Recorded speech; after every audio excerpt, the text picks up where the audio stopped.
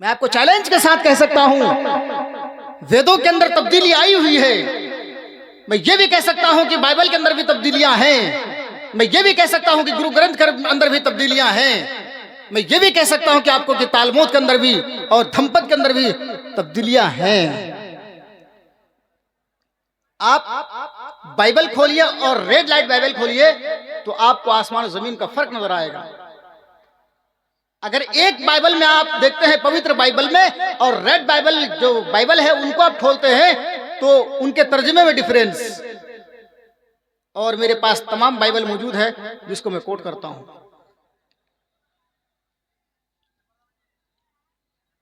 अल्लाह तबारक व तआला ने अपने नबी के बारे में, अपने हबीब के बारे में, जनाब मोहम्मदुर रसूलुल्लाह सल्लल्लाहु अलैहि वसल्लम के बारे में बताता है और दुनिया वालों के सामने मोहम्मदुर रसूलुल्लाह सल्लल्लाहु अलैहि वसल्लम की असली तस्वीर बताता है। कई लोगों, तुम्हें जो रसूल मिला है, तुम्हें जो प्रॉफिट मिला है, तुम्हें जो नबी हमने दिया है, ये नबी कौन है? आइए कुरान से हम सवाल करते हैं। मेरे प्यारे साथियों, हम ये भी जानते हैं कि अल्लाह के रसूल सल्लल्लाहु अलैहि वसल्लम के आने से पहले इस दुनिया के अंदर बहुत सारे रसूल आ चुके हैं, बहुत सारे नबी इस दुनिया के अंदर तशरीफ ला चुके हैं और हर नबी का यही तालीम था, हर नबी की यही मिशन थी। अशहदु अल्ला इलाहा इल्लल्लाह व अशहदु अन्ना मूसा रसूलुल्लाह, इब्राहिम रसूलुल्लाह, ईसा रसूलुल्लाह। इस तरीके से नबी आते गए और वो कलमे के अंदर चेंजिंग और तब्दील होती चली गई। लेकिन जब मेरे प्यारे नबी जनाब मोहम्मदुर रसूलुल्लाह सल्लल्लाहु अलैहि वसल्लम इस दुनिया के अंदर तशरीफ लाए, मेरे रसूल ने फरमाया, ऐ लोगो, अशहदु अल्ला इलाहा इल्लल्लाह व अशहदु अन्ना मुहम्मदन अब्दुहु व रसूलुहु। पढ़ लो, कामयाब हो जाओगे। तुम्हें अगर जमानत चाहिए, अगर तुम्हें पैराडाइज चाहिए और तुम स्वर्ग में जाना चाहते हो तो जनाब मोहम्मदुर रसूलुल्लाह सल्लल्लाहु अलैहि वसल्लम का पैरोकार बन जाओ। हम ये जानते हैं कि आदम अलैहिस्सलाम 1000 साल तक इस दुनिया के अंदर जिंदा रहे हैं। हजरत नूह अलैहिस्सलाम 950 साल तक जिंदा रहे हैं। हजरत इब्राहिम अलैहिस्सलाम भी 800 साल तक जिंदा रहे हैं। इस तरीके से नबी आते गए, 200, 250, 300, 400, 500, यहाँ तक के हजार साल तक जिंदा रहे हैं। लेकिन मेरे भाइयों, किसी ने इस्लाम को मुकम्मल नहीं कर पाया और हर नबी का यही तालीम था इस्लाम के बारे में कि लोगों, एक अल्लाह तबारक व तआला की इबादत करो, एक अल्लाह तबारक व तआला की भक्ति करो, एक अल्लाह तबारक व तआला की पूजा करो। मेरे भाइयों, लोग समझते नहीं थे और लोग उल्टे उसके दुश्मन बन जाया करते थे। यहाँ तक के नबियों को आग के अंदर डाला जाता है। हजरत इब्राहिम अलैहिस्सलाम को आग के अंदर डाल दिया जाता है। नमरूद कहता है कि ये तो पागल हो गया है, अरे ये तो हमारे दीन को खत्म करने के दर पर आया हुआ है, इनको आग के हवाले कर दिया जाए। मेरे भाइयों, हजरत इब्राहिम अलैहिस्सलाम को आग में डाल दिया जाता है। मेरे नबी जब इस दुनिया के अंदर तालीम लेकर के आए, लोगों को देख रहे थे कि 360 देवी देवताओं की पूजा क्या करते थे। वो लोग मक्का के अंदर 360 देवी देवताओं को रख करके उनके सामने अपनी इस पेशानी को झुकाया करते थे, उनके सामने मुरादे मांगा करते थे, उनके सामने बेटा देने और बेटियों देने की बात क्या करते थे। अल्लाह के रसूल सल्लल्लाहु अलैहि वसल्लम ने इन तमाम चीजों को देखने के बाद कहता है, ऐ लोगों, उस अल्लाह तबारक व तआला की भक्ति करो, उस अल्लाह तबारक व तआला की इबादत करो, उस अल्लाह तबारक व तआला की पूजा करो जो संपूर्ण जगत को पैदा किया है, जिसने तुम्हें बनाया, जिसने तुम्हारी बीवियों को पैदा किया, जिसने तुम्हारे माँ बाप को पैदा किया है। इस बंजर जमीन से वो गल्ला देता है, वो अनाज देता है। उस अल्लाह तबारक व तआला की इबादत करो। ये 360 देवी देवताओं की पूजा कर रहे हो जो अपने बदन से मक्खियां तक भगा नहीं पाता है, जिसके सामने मिठाइयां रखी हुई होती हैं, चूहे लेकर के भाग जाते हैं, बिल्लियां मिठाई खा जाती हैं, मक्खियां लेकर के भाग जाती हैं, उसका वो रक्षा नहीं कर पाता है, चूहे उनके ऊपर पेशाब कर दे रहा है। मेरे भाइयों, ऐसे देवी देवताओं की पूजा करने से क्या फायदा? अरे उस अल्लाह रब्बुल आलमीन की इबादत करो जो तुम्हें पैदा किया है, तुम्हारे आने वाली नस्ल को पैदा करता है, जो तुम्हें इस बंजर जमीन से गल्ले देते हैं, ऐसे हवा, पवित्र हवा तुम्हें देता है, ये सूरज की रोशनी और चांद की रोशनी तुम्हें देता है, कभी तुमसे टैक्स नहीं मांगा है। आज अगर आपके घर में बिजलियां जल रही हैं, आपके घरों के अंदर ये बल्ब जल रही हैं और आप प्रगरी जलाते हैं, तो मेरे भाई, जो सरकार का एक आदमी आता है, 28 दिन का दिन आपके घर के अंदर पहुंचता है, आपका मीटर का एक सेल्फी लेता है, फोटो खींचता है और आपके ऊपर साहब 500 रुपए का बिल दे करके चला जाता है और कहता है कि आपके ऊपर 500 रुपए का सरकार की तरफ से बिल आया है, आपको पे करना पड़ेगा। और अगर आप पे नहीं करते हैं मेरे भाइयों तो आपको हथकड़ी डाल करके आपको जेल के सलाखों में डाल दिया जाएगा, आपके घरों के अंदर से वो पावर कट कर दिया जाएगा। लेकिन मेरे भाइयों, हमने कभी सोचा है कि उस अल्लाह तबारक व तआला के बारे में जो विदाउट टैक्स का हमें सूरज की रोशनी देता है, विदाउट टैक्स का हमें चांद की रोशनी देता है, विदाउट टैक्स का वो हमें लजीज पानी देता है, इस बंजर जमीन से वो गल्ले देते हैं जिसे हम खा करके अपनी जिंदगी बसर करते हैं। मेरे भाइयों, हमने कभी सोचा ही नहीं है उस अल्लाह तबारक व तआला के बारे में, उस ईश्वर के बारे में, उस परमेश्वर के बारे में हमने कभी सोचा ही नहीं है। मेरे भाइयों, थोड़ी सी अकल दौड़ाओ तो पर्दे हटते चले जाएंगे। आज अगर हमें बेटियों की जरूरत पड़ती है, आज अगर हमें बच्चों की जरूरत पड़ती है, तो हम अपनी पेशानी को किस किस दर पर नहीं भेजते हैं और कहां कहां अपनी जमीनों को नहीं टेकते हैं। मेरे भाइयों, अल्लाह तबारक व तआला फरमाता है कि मैं जिसको चाहता हूं बेटा देता हूं, मैं जिसको चाहता हूं बेटियां देता हूं, मैं जिसे चाहता हूं दोनों देता हूं और जिसे चाहता हूं बांझ कर कर रखता हूं। मेरे अलावा कोई इस दुनिया में दे ही नहीं सकता है। लेकिन मेरे भाइयों, तवक्कुल हमारी उसी पर होनी चाहिए, भरोसा हमारा उसी पर होना चाहिए। लेकिन आज इस पर भरोसा न कर करके हम कहां कहां नहीं जाते हैं और किस किस कठमुल्लाओं के पास और किराए के सार के पास नहीं जाते हैं। ऐसे जगहों से जाने से क्या फायदा। मेरे भाइयों, अल्लाह तबारक व तआला से नाराज होता है। अल्लाह ताला कहता है कि मेरे बंदो, जब मैं तुम्हें पैदा कर पाया हूं और तुझे तमाम चीजों से लैस कर सकता हूं, तो तुम्हारे बच्चे भी मैं पैदा कर सकता हूं और हमारे अलावा कोई है ही नहीं जो तुम्हारे बच्चे दे दे और तुम्हारी बीवियों के पेटों के अंदर बच्चे पलवा दे। नहीं है कोई। जब अल्लाह के रसूल जनाब मुहम्मदुर रसूलुल्लाह सल्लल्लाहु अलैहि वसल्लम इस धरती पर और मक्का के पाक और पवित्र स्थल पर तशरीफ ले आए, तो अल्लाह के रसूल सल्लल्लाहु अलैहि वसल्लम का बाप इस दुनिया से गुजर चुका था। आप यतीम थे। कुछ दाइयां आती थी और वो बड़े बड़े अमीर घराने के बच्चों को वो गोद लिया करती थी। मोहम्मद सल्लल्लाहु अलैहि वसल्लम के पास जैसे ही वो दाइयां आती, देखती थी कि ये तो यतीम बच्चा है, इसका तो बाप ही नहीं है और इसको पालने के बाद हमको कोई अच्छी खासी रकम नहीं मिल सकती है, नहीं मिल सकती है। हजरते एक औरत आती है जो कबीला साद से उसका ताल्लुक था। वो देखती है अल्लाह के रसूल सल्लल्लाहु अलैहि वसल्लम को, एक यतीम बच्चा है और सारे बच्चे ले चुके हैं सारे दाइयां। वो दाइयां अपने अपने बच्चों को लेकर के चली गई। दाई आती है, अल्लाह के रसूल सल्लल्लाहु अलैहि वसल्लम को गोद लेती है। उसे मालूम हो जाता है कि इस बच्चे के अंदर कोई खासियत तो जरूर है। मेरे भाइयों, अल्लाह तबारक व तआला ने पैदा किया मोहम्मदुर रसूलुल्लाह सल्लल्लाहु अलैहि वसल्लम को एक मुशरिकाना घर में, जो खाने काबा का रखवाली किया करता था। नबी पैदा कहाँ होते हैं? एक मुशरिक के घर में, और नबी के घर से मुशरिक बेटा पैदा होता है। ये कुदरत का करिश्मा है कि अल्लाह तबारक व तआला नबी को पैदा करता है मुशरिक के घर में और मुशरिक को पैदा करता है नबी के घर में। हजरत इब्राहिम अलैहिस्सलाम नबी हैं और वो अल्लाह तबारक व तआला के बहुत बड़े दोस्त हैं। लेकिन पैदा कहाँ होता है? अजर के घर में। अजर का माना होता है बुत बनाने वाला। किसी भी सही हदीस से उसका नाम आज तक नहीं आया है, लेकिन एक रस्मी नाम चल गया अजर। अजर का मतलब होता है कि बुत तराशने वाला, और उसके घर में हजरत इब्राहिम अलैहिस्सलाम पैदा हो जाते हैं। हजरत नूह अलैहिस्सलाम नबी है, लेकिन उसके घर में कौन पैदा होता है?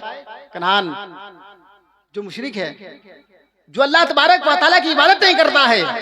तो ये अल्लाह तबारक व तआला की कुदरत है। अल्लाह चाहे तो आपको बेटा दे, अल्लाह चाहे तो बेटियों से नवाजे, अल्लाह चाहे तो दोनों दे, और अल्लाह चाहे तो आपको बांध करके रख सकता है। आप कुछ नहीं कर सकते हैं। आप अल्लाह तबारक व तआला का कुछ बिगाड़ नहीं सकते हैं, कुछ नहीं बिगाड़ सकते हैं। अल्लाह के नबी जब इस दुनिया के अंदर तशरीफ ले आए, मेरे प्यारे साथियों, लोग अपनी बेटियों को जिंदा दरगोर कर दिया करते थे, लोग अपने बेटों को मार दिया करते थे, लोग अपनी बेटियों को, खूबसूरत बेटी को जमीन के अंदर दफन कर दिया करते थे। अभी मौलाना तनवीर ज़की मदनी साहब इस बारे में तबसरा कर रहे थे कि बेटियों को जिंदा दरगोर किया जाता था। आइए मैं थोड़ा सा विस्तार से आपको बता दूं। मेरे भाइयों, अल्लाह के रसूल सल्लल्लाहु अलैहि वसल्लम ने देखा कि बेटियों को जिंदा दरगोर कर दिया जा रहा है, लोग अपनी बेटियों को मार दे रहे हैं, लोग अपने बेटों को यक़्तुलून अपने बेटों को कत्ल कर दे रहे हैं, इस डर से कि हमें बेटों को पालने की जरूरत न पेश आ जाए। इस डर से अपनी बेटियों को मार डाला करते थे कि अपनी बेटियों को पोसने और पालने की जरूरत पेश ना जाए। और ये बड़ी होने के बाद जब दूसरे के घर जाएगी, बहू बन करके जाएगी, तो दूसरे को हमें दामाद न कहना पड़े। मेरे भाइयों, इस डर से और इस ताने से अपने बेटियों को जिंदा दरगोर कर दिया करते थे। एक उम्मे जमीला नाम की खूबसूरत लड़की थी, जो छोटी बच्ची थी, उसका बाप कहा करता था कि ये बच्ची किसकी है। जब वो बाप चला जाता है कि बाहर काम करने के लिए, उनके घर बच्चा पैदा होता है, बेटी पैदा होती है, लेटर के जरिए से उनके शौहर तक ये खबर पहुंचा दी जाती है कि आपके घर बेटा पैदा हुआ है। वो बड़ा खुश हो जाता है कि मेरे घर बेटा पैदा हुआ है। लेकिन मेरे भाइयों, बेटी पैदा हुई थी, लेकिन बीबी मारे डर के कि अगर बेटी पैदा होने की खबर अगर मैं अपने शौहर को देती हूँ तो हमारे शौहर गुस्से हो जाएंगे और वो आने के बाद हमारे साथ बुरा सलूक कर सकते हैं। तो उन्होंने बेटे के पैदा होने की खुशखबरी अपने शौहर के पास भेज दी है। जैसे ही शौहर के पास से लेटर पहुंचता है, देखता है कि हाँ, ये मेरे घर के अंदर बेटा पैदा हुआ है, खुश हो जाता है। और खुश होने के बाद कई महीनों के बाद वो घर वापस आता है। घर के अंदर देखता है तो एक मासूम सी बच्ची, छोटी बच्ची, बड़ी खूबसूरत बच्ची हमारे घरों के अंदर चल रही है, टहल रही है। मेरी बीबी के गोद में वो लड़कियां करके बैठ जाती है। वो मुशरिक, वो आदमी कहता है कि मेरी बीबी, ये बच्ची किसका है? ये तो बच्ची तो बड़ी खूबसूरत सी बच्ची है, ये बच्ची किसका है? किन माँ बाप की ये बच्ची है? जिनके माँ बाप के ये बच्चे, वो माँ बाप बड़े खुश नसीब है कि उनके घर में खूबसूरत सी बेटी पैदा हो जाती है। मेरे भाइयों, जब बीबी देखती है कि मेरे शौहर का दिल नरम हो चुका है, मेरे शौहर का दिल मुतमईन हो चुका है और नरम हो चुका है, इस बच्ची के ऊपर उसका दिल बैठ जाता है, तो बीबी कहती है, मेरे शौहर, ये बेटी आपकी है, मेरे पड़ोसन की बेटी नहीं है। जैसे ही सुनता है कि ये बेटी मेरी है, उसका तेवर बदल जाता है, गुस्से से चेहरा काला पड़ जाता है, चेहरे के अंदर स्लोट पड़ जाती है। वो कहता है कि कमीनी, आज तुमने मुझे खबर दी है कि मेरी बेटी पैदा हुई है, तुमने तो मुझे खबर दी थी कि हमारे घर बेटा पैदा हुआ है, लेकिन आज तुम कह रही हो कि हमारे घर बेटी पैदा हुई है। लाओ, इस बच्ची को नहला दो, धुला दो, अच्छे कपड़े पहना दो और खूबसूरत से लिबास पहना दो, मैं इनके ननिहाल घुमाने लेकर के जाऊंगा। वो कमीना बाप, वो मुशरिक बाप अपनी बेटी का हाथ पकड़ता है और पकड़ने के बाद उसको जंगल की तरफ लेकर चलता है। जंगल में जाने के बाद वो बाप गड्ढा खोदता है, फवारा मारता है, कुदाल मारता है और गड्ढे खोद रहा होता है। उसकी बेटी देख रहे कि मेरा बाप इतना मेहनत कर रहा है। मेरे भाइयों, अगर आपके घर बेटी पैदा हुई है, खुश हो जाओ। अल्लाह के रसूल जनाब मोहम्मद रसूलुल्लाह सल्लल्लाहु अलैहि वसल्लम ने बेटी जिस घर के अंदर पैदा होती है उसको बहुत बड़ी संदेश दी है और बहुत बड़ा सा ऐलान किया है, मन इब्तुलिया मिन हादिहिल बनात बिशैइन फअहसन इलैहिन्ना कुन्ना लहू सित्रम मिनन नार। वो बेटियों की परवरिश करने वालों, वो बेटियों के बाप को खुश हो जाओ। अल्लाह के रसूल सल्लल्लाहु अलैहि वसल्लम आपको जमानत दे रहे हैं, अल्लाह के रसूल सल्लल्लाहु अलैहि वसल्लम आपको सर्टिफिकेट दे रहे हैं। ऐ लोगों, मन इब्तुलिया मिन हादिहिल बनात बिशैइन फअहसन इलैहिन्ना कुन्ना लहू सित्रम मिनन नार।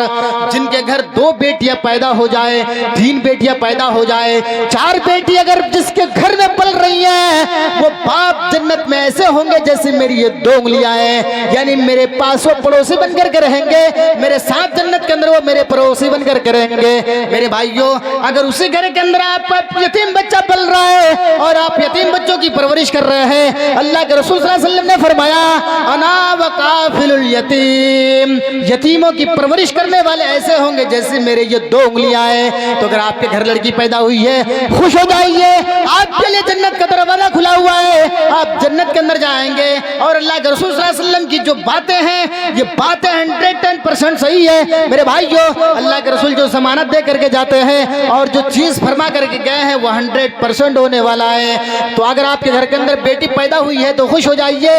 अगर आपके घर के अंदर बेटी पैदा होती है तो आपको एक अकीके करने पड़ते हैं। अगर आपके घर का बच्चा पैदा होता है, लड़का पैदा होता है, बेटा पैदा होता है, तो आपको 2 अकीके करने पड़ते हैं। मेरे भाइयों, बेटी रहमत लेकर के आती है, एक जानवर से काम चल जाता है और बेटा अगर पैदा होता है तो आपको 2 जानवर करने पड़ेंगे। 2 जानवर इस्लाम के विद्वान बैठे हैं, आप उनसे पूछ सकते हैं, बाद में मसले मसाइल मालूम कर सकते हैं कि अगर आपके घर बेटा पैदा होता है तो 2 अकीके करने पड़ते हैं, 2 जानवर काटना पड़ता है, छोटे छोटे बकरे। और अगर बेटी पैदा होता है तो एक ही से काम चल जाता है। कितना आसान है इस्लाम, कितना आसान है। लेकिन आज हमने इतना इसको मुश्किल बना दिया है मेरे भाइयों, जहेज के नाम पर और जहेज जैसी प्रथा को हमने लाकर खड़ा कर दिया है। मेरे भाइयों, ये जहेज का जो सिस्टम है वो इस्लाम का एक हिस्सा भी नहीं है, एक इस्लाम का एक पिलर भी नहीं है। मैं आपको पूरी जिम्मेदारी के साथ मेरे भाइयों रात के 1 बजे कह करके जा रहा हूँ, यह हमारे गैर मुस्लिम भाइयों का इजाद किया हुआ एक चीज है, ये इस्लाम का एक हिस्सा भी नहीं है। और आज हमने उसको इतना इतना मतलब मान करके को चल रहे हैं कि मेरे भाई इस्लाम का एक पिलर है, इस्लाम का एक हिस्सा भी नहीं है, एक नुक्ते जर्रे के बराबर भी नहीं है। हिंदू धर्म के अंदर भी ये प्रथा नहीं है। मैं इस्लामिक रिसर्चर हूं और स्कॉलर होने के नाते मैं आपको जिम्मेदारी के साथ बता सकता हूं, हिंदू धर्म के अंदर भी ये प्रथा नहीं है। लेकिन उन्होंने एक रिवाज निकाला, एक रस्म निकाली, और बाप के मरने के बाद जो जमीन और जायदाद होता है विरासत की, उनमें बेटियों को हिस्सा नहीं मिलता है हिंदू धर्म के अंदर। हिंदू धर्म के अंदर बाप माँ के मर जाने के बाद जो प्रॉपर्टीज होंगे, उनके जो दौलतें होंगी, उनमें उनका बेटी का हिस्सा नहीं है। उन्होंने एक रस्म निकाली, एक सुराख निकाला कि इसे शादी के मौके से जो दे देना हो दे दो यार, क्योंकि ये पराये के घर हो जाती है। अब दूसरी बार तो हमारे पास लौट कर आएगी ही नहीं। लेकिन अब होशियार हो चुकी है, औरतें भी होशियार हो गई है हिंदू धर्म की। उन्होंने कहता नहीं, अबे हमें चाहिए, मेरा बाप का हक है, हमको चाहिए। लेता भी है वो, औरतें लेती भी है, हक को लड़ करके लेती है, लेकिन लेती है। उन्होंने एक रस्म निकाला, एक सुराख निकाला कि शादी के मौके पर से 2, 4, 10 लाख जो देना हो दे दो, इसके बाद तो हमें देना ही नहीं पड़ेगा और सारी प्रॉपर्टीज हमारे बेटे के हो जाएंगी, तो दे दो यार। उन रस्म को जो एक गैर शरई चीज है, आज मुसलमानों ने इतना कब्जा जमा करके बैठ गया है। मेरे भाइयों, मैं आपको एक जिम्मेदारी के साथ बात बताऊं, कटिहार, पूर्णिया, किशनगंज और सुपौल की धरती और बहुत दूर दूर तक मैं जाता हूं प्रोग्राम करने के लिए। हमें बताते हैं कि मौलाना रफीक साहब, जहेज ने हमारे यहाँ के लोगों की कमर तोड़ रखी है। जहेज जैसी प्रथा ने हमारे मुस्लिम समाज की कमर तोड़ रखी है। अगर आपके घर 4 बेटियां हैं तो बाप का नींद उड़ जाता है, बाप चैन सुकून से सोता नहीं है। अल्लाह, 4 बेटियां हैं और 4 दूनी 8 लाख रुपए हमें लगेंगे, और इसके बाद जो हमारे घर के खर्चे हैं वो खर्चा भी हमें देना पड़ेगा। मेरे भाइयों, वो बाप चैन का नींद नहीं सो पाता है। मुसलमानों, इस घर के अंदर बेटियां हैं और जब आप बेटी को पाल रहे हैं तो खुश हो जाइए। अल्लाह तबारक व तआला ने हमारे बाप को भी बेटियों की दौलत से नवाजा है और हमें भी नवाजा है और हमारी नस्लों को भी नवाजेंगी। मेरे भाइयों, जिसके घर बेटी पैदा होता है खुश हो जाइए आप। और जहेज की लालचियों को, जहेज के कुत्तों को, जो हड्डी पर पलने वाले होते हैं, जो आपके तरफ टिक लगाए और नजरों से देख रहे हैं कि उनके घर 4 बेटियां हैं तो हमें 4 दूनी 8 लाख रुपए मिलेंगे, मारो ऐसे लोगों को लात और अपने घर से भगा दो। उनको कहो ना हम 1 रुपया तुमसे लेंगे और ना देंगे।